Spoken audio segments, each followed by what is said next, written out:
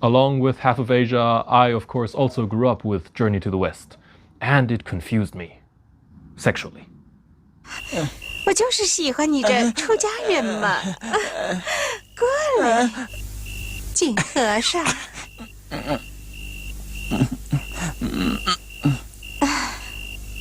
Black Myth Wukong takes place after the events of Journey to the West. The story boils down to there's this monk, Tang Sanzang, who is tasked with this divine mandate of going to the West, that is to say to India, to retrieve these holy Buddhist scriptures. Because the path is dangerous, he's accompanied by these companions, these disciples, most notable of which is Sun Wukong.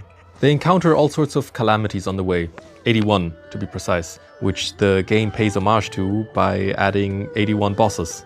81 being a recurring figure in Buddhism, Daoism, for instance, 81 being the amount of chapters that exist in the Tao Te Ching, the Taoist Bible. So at the end of Journey to the West, the way that it ends is that they do indeed reach India, they get the scriptures, and the way that the monk and the way that Sun Wukong are rewarded for this is they are given full enlightenment. They are raised to Buddhahood. The game takes place after the events of Journey to the West, right? So that means Sun Wukong here, as depicted in the intro, is a fully realized and enlightened Buddha. Isn't that kind of fun? And it fits quite well with this Taoist and Zen image of a fully realized Buddha, doesn't it? That he says he does not want to be with the celestial body and hang out with the gods, with the devas. Instead, he wishes to hang out with his monkeys and enjoy the easy, the simple life. You need to know here about Buddhism, this is where Buddhism differs from other religions, is that in the Buddhist cosmology, there are these 6 realms, right? There's the gods, there's the angry gods, the hungry ghosts, the animal world. In Buddhist cosmology, a fully realized Buddha is above the gods. He is no longer part of this circle, of this cycle. Even the gods are still subject to their emotions, to wrath, to sadness, and so on.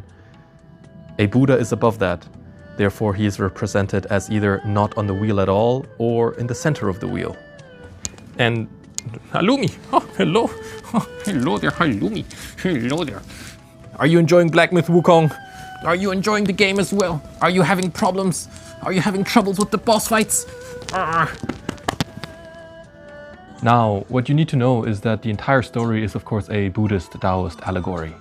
Sun Wukong, who is this master trickster, he of course represents your monkey mind. You'll notice that Sun Wukong has this little circlet around his head. This is also represented in the game in the starting cutscene, as we can see here, as well as in the loading screen. And the story behind it is because Sun Wukong never listens, right? So the gods placed this circlet around his head, and when the monk chants a certain mantra, a certain prayer, the circlet tightens around his head, and thereby he is able to control Sun Wukong. In the series they call it the Headache Sutra, and this gets Sun Wukong to obey. Here again, Buddhist cosmology, Buddhist psychology, right? You use mantras in order to calm, in order to control the monkey mind. The names are fantastic as well. Sun Wukong, the name already, Kong from the Chinese word emptiness. So his name can be translated to monkey awakened to emptiness, to shunyata. Isn't that a fantastic Buddhist name? And his other 2 companions, Zhu Ba Jie, which means 8 precepts pig, or Zhu Wu Neng, which means pig awakened to ability. He of course represents your baser human aspects. He is gluttonous, he lusts after women, and he is lazy, and so on. He and Sun Wukong are sort of brothers. And there's Sa Wujin, whose name means sand awakened to purity. He's the least prominent of the 3. He just sort of disappears in the background a bit, but he is more the more balanced one. I particularly enjoy how much the game pays homage to Buddhism, to Daoism. You can see it in just minor characters reciting sutras, praying, quoting texts from the Taoist Bible, the Tao Te Ching. It is absolutely beautiful. I truly enjoy how many monks there are in the game, and in the original story as well, of course. Monks who have fallen from grace, right? They were looking for Buddhahood, they were looking for self-mastery, and along the way they lost themselves somewhere and became aggressive, and greedy and lustful.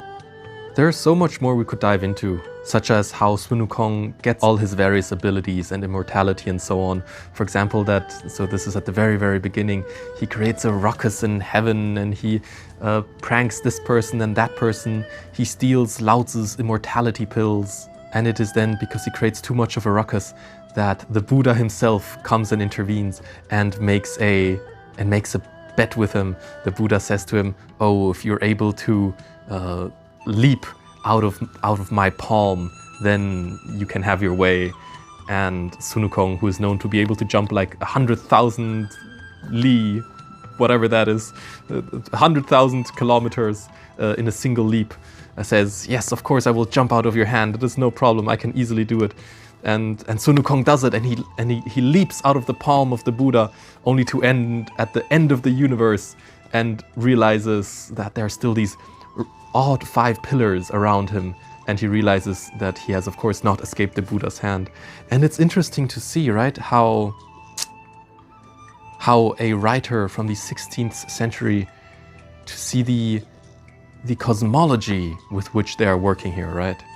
I hope you enjoyed this video, dear audience, and tell me if you're interested in more videos of this nature, and if so, also tell me what other things, what other genres, movies, and so on you'd like me to cover. I bid you the most wonderful rest of the day, and Amitofo.